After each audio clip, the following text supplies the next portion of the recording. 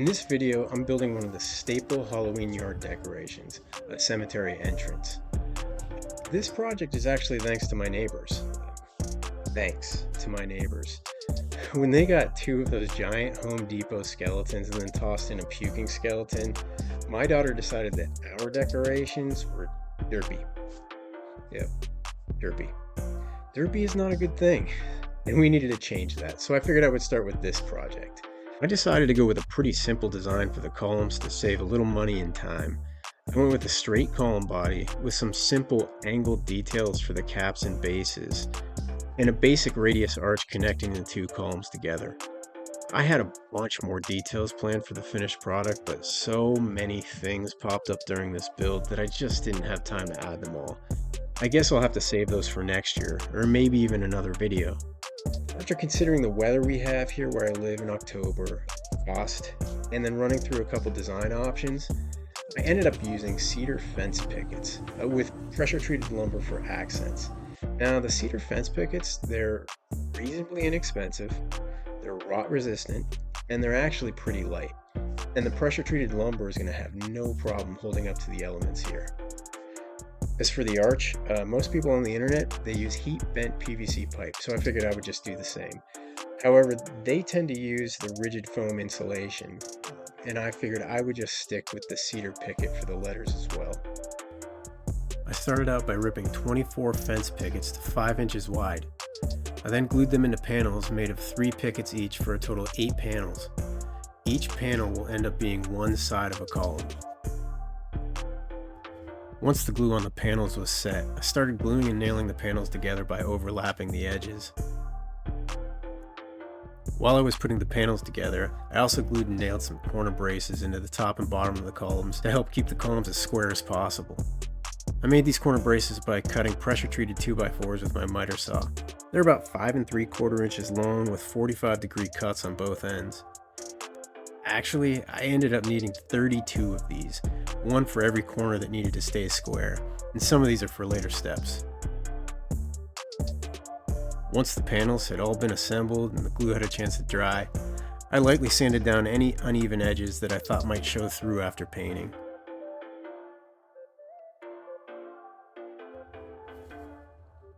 Next, I ripped 4 pressure-treated 2x4s with my table saw to use for the caps and bases of the columns. I set it up so the 2x4 has about a ½ inch reveal on one side instead of cutting the 45 all the way to the corner of the board. Using the 2x4s I just cut, I measured around the tops and bottoms of the columns and cut pieces from the 2x4s at a 45-degree angle. I then wrapped the columns by gluing and nailing these 2x4s together. I didn't attach these to the column itself right now because I need them all to be removable for the time being.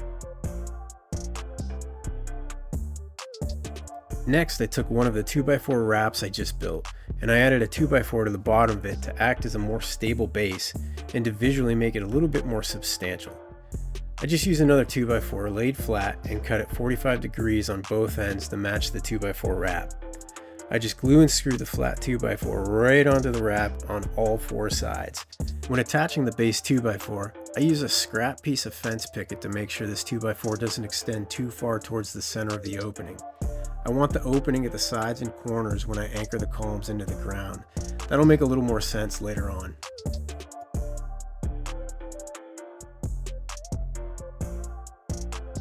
Once the base was assembled, I just slid it onto the bottom of the column until it was snug up against the column panels.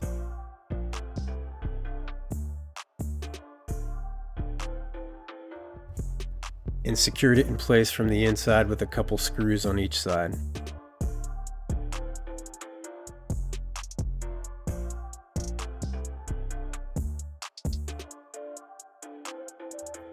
Next, I used the remaining 2x4 wraps I built that are intended to be on the top of the columns, and I want to add a cover to them. For this, I just took another fence picket and I cut 3 pieces so when placed together, they're big enough to cover the opening and they approximately form a square. I just set them in place, made sure they were pretty centered, and nailed them down.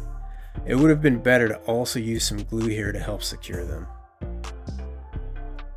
Then I just slipped the finished caps on the columns so they were in place for painting. I didn't secure these to the columns. For lots of reasons, I want to be able to remove these later on.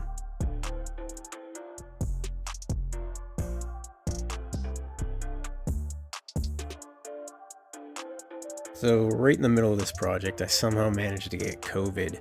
It delayed this project so much, but Halloween was coming, so I really needed to get back to work.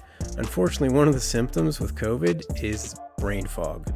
So during one of the steps, you may notice I was wearing a band-aid on my thumb. I somehow loaded too long of nails into my nail gun and then proceeded to put the nail through my thumb tip into my thumbnail. It was not fun. Bad words were said, blood was spilled, and it ended up delaying this project even more. It was really painful, and of course you're using your thumb all the time during these steps. Okay, so between putting a nail through my thumb and having a storm quickly blow in, I somehow forgot to record the painting. I know it's not all that exciting, but I kind of wish I would have done it. I used Dry Lock Original as the base coat for the columns. It's really nice because it's waterproof, it has a slightly rough texture, kind of like stoner concrete, and it can be tinted to whatever color you want. I just poured some into a paint tray, stirred in some black paint until I had a nice light gray similar to stoner concrete, and then I rolled it all over the columns. I sometimes used a brush to get the paint to the smaller places, but I always rolled back over it with the roller to keep a consistent texture. Once the paint was dry, it was time to make it look old. It's funny to spend all that time trying to get things perfectly square, smooth, and level, only to turn around and beat the shit out of it. I actually used a broken piece of concrete and a regular old claw hammer for this step. I focused on the edges and corners where weather and time would have chipped and rounded them down if it was actual stone. I also added groupings of indentations on the sides where wind and rain would have sporadically worn down the surface of the stone.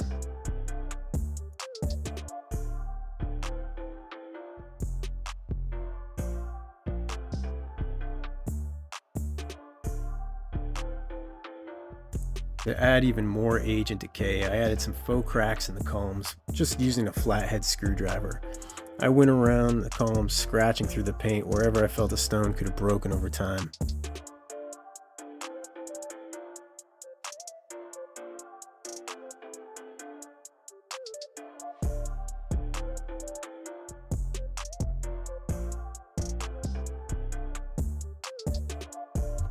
With the distressing done, it was time to dirty these up a bit. I used a very, very watered down black paint and just wiped the entire surface of the column down. This is basically just a very watery glaze. What happens is it gets down into all the dents and cracks and crevices like dirt and dust would over time, and it also darkens the overall column up by a few shades.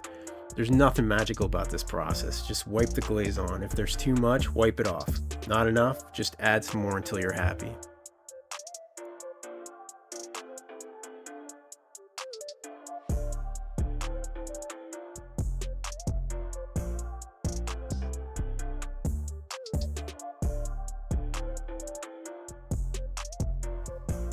While the glaze on the columns was drying, I moved on to the arch. I started with the uprights that will attach to the top of each column and hold the arch in place. I just used the leftover from the 2x4 bases. I even left the last 45-degree cut that was already there, just so I have more material to work with when I finally get a chance to add all the detail I originally wanted to. I made sure both uprights were the same height, which was 16 inches at the lowest part of the 45-degree cut. I knew I wanted the top and bottom pipes of the arch to be around 8 inches apart on center. So I measured it out on both uprights and drilled at those marks. Normally I would add some tape as a depth marker on the bit to know how deep to drill, but I was really tired and run out of time, so I just used a scrap piece of pipe as a depth gauge.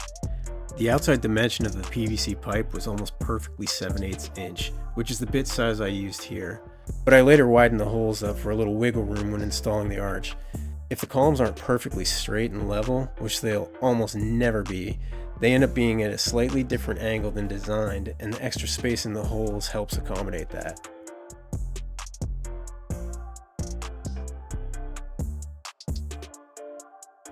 Alright, now to bend the arches. I kinda hacked this whole process together, but it's funny, it actually ended up working pretty well. I knew how wide I needed the arch to be, so I just used some straps to bend the pipe so that ends were at the right distance apart, and then I just hung the ends on some chairs and let it hang upside down. Then I heated the pipe up with my heat gun and let gravity do the rest. As the pipe gets warm enough, it starts to sag.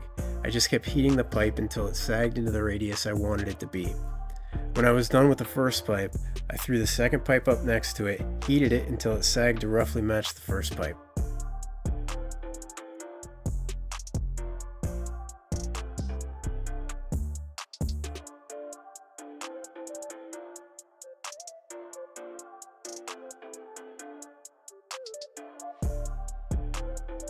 After the pipes cooled a bit, I put the ends of the arched pipe into a hole I drilled in a scrap piece of 2x4. I heated them up again and bent the ends of the pipe to as close to 90 degrees as I could. These bent ends will go into the holes I drilled in the uprights earlier.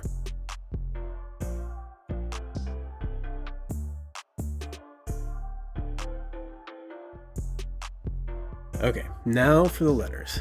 I ended up using copperplate Gothic bold at 500 point. I then printed each letter out individually so I could cut them out of the paper and then just trace them on the board.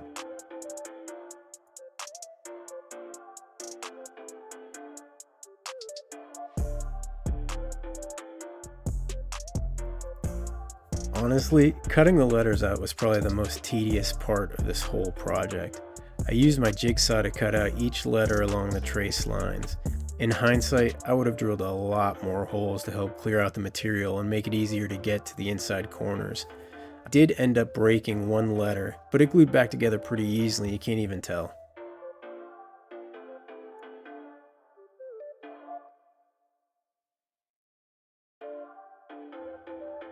I also needed a base to make it easier to attach the arch upright to the column. I grabbed a scrap piece of pressure treated lumber I had and cut a 5.5 inch square from it. This could easily be made by gluing up some of the leftover 2x4 pieces, but since the scrap from another project was just sitting there, I used it. I measured 3/4 inches in on each side of the square, and I cut it at a 45-degree angle from that line out to the edge to get a slightly beveled top. This actually turned out way nicer than I expected.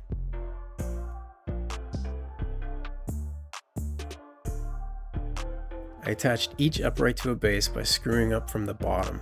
I also pre-drilled some holes to screw through and secure the pipes when inserting into the uprights. I actually ended up drilling a third hole in the uprights and adding some T-fittings and PVC pipe scraps to strengthen up the arch. Without it, the arch was really pretty weak, and I really didn't think it was going to last long against the weather.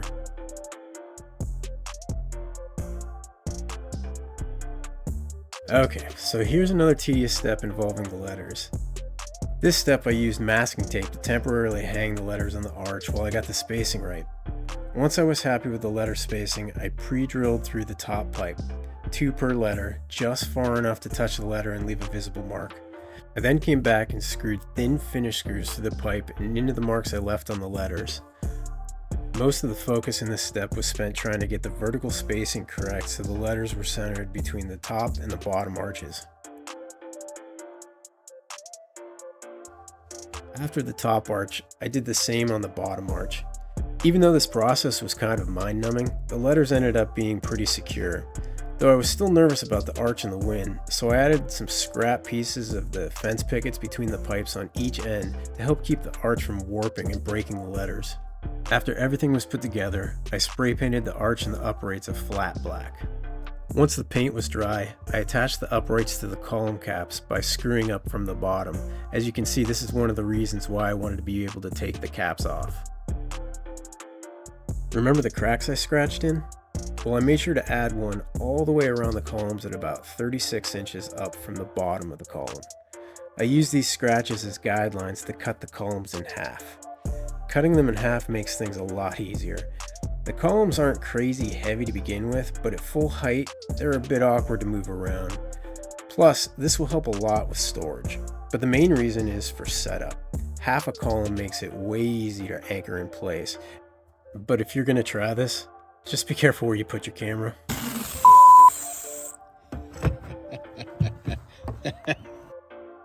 Now I added the remaining corner braces to the openings of both the top and bottom sections of the columns where I just cut. I want to hold these sections square so they stay lined up properly when I put them together.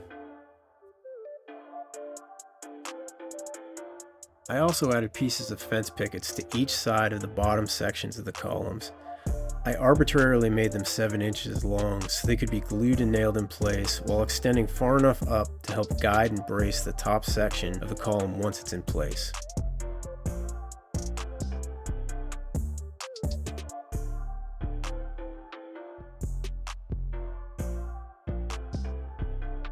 Using the same watered down paint mixture as before, I covered up any raw wood I just exposed so it can't be seen after everything is assembled.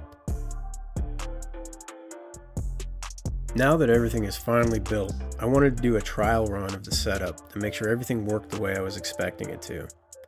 I started by anchoring the column base into the ground using 4-foot rebar. With the bottom section of the column at around 36 inches tall, that gives me about a foot of rebar in the ground to stabilize things. Since this is just a test, I'm not going to worry about pounding the rebar all the way in, but even then, it was still pretty secure.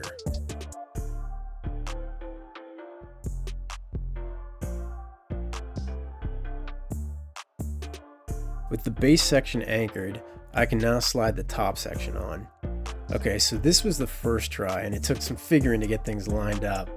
And I was a little excited to get this put up, so I didn't wait for the paint to dry, so I ended up with black paint all over my hands. But once I got everything figured out, it went on nice and easy.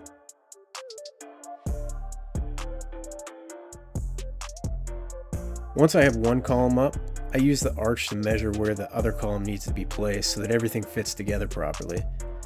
If this was a final setup, I'd also anchor the second column with the rebar, same as the first one, but I'm skipping that this time.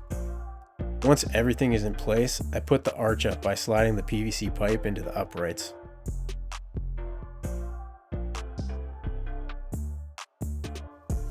And then I secure the arch in place by screwing through the upright and into the pipe.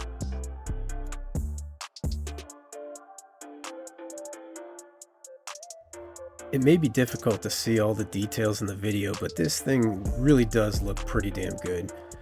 It's pretty stable and pretty freaking big. With the arch, it's about 10 feet tall and about 8 feet wide, and it really does look like cracked concrete or stone. Overall, I'm pretty happy with how it turned out and that things worked out the way I planned with only a few minor hiccups and injuries. And to round this out, here's a real-time takedown. Even at my sloth's pace, the takedown only took about 2 or 3 minutes and was really easy.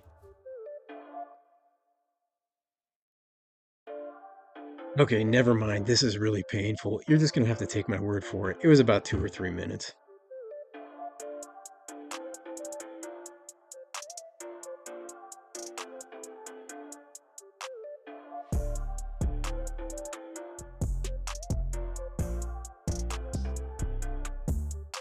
All in all, this was a pretty straightforward, simple project. Without COVID and the nail through my thumb, this would have been an easy one to complete in a couple weekends.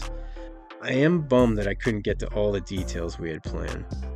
There's more faux painting for dirt and mildew effect and rust on the arch, and I wanted to add some lichen and moss and a few vines growing around the columns and across the arch.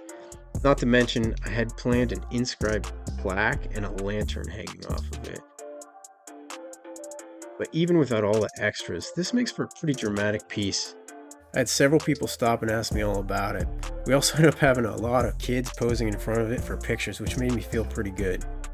Plus, I watched several kids hit the columns pretty hard as they ran past, and the columns didn't budge even a little, so I'm comfortable they aren't going to tumble down on top of anyone. But there are some things I would change. I would definitely use wood for the arch instead of PVC pipe. The pipe was really inexpensive and lightweight, but it just didn't give me the finished product I was hoping for. And without the extra support I ended up adding, it was not strong at all. I know I keep talking about the weather here, but where I live, late October can run the gambit on conditions, and strong winds can be pretty common. I'm still a little concerned that the arch may be at risk.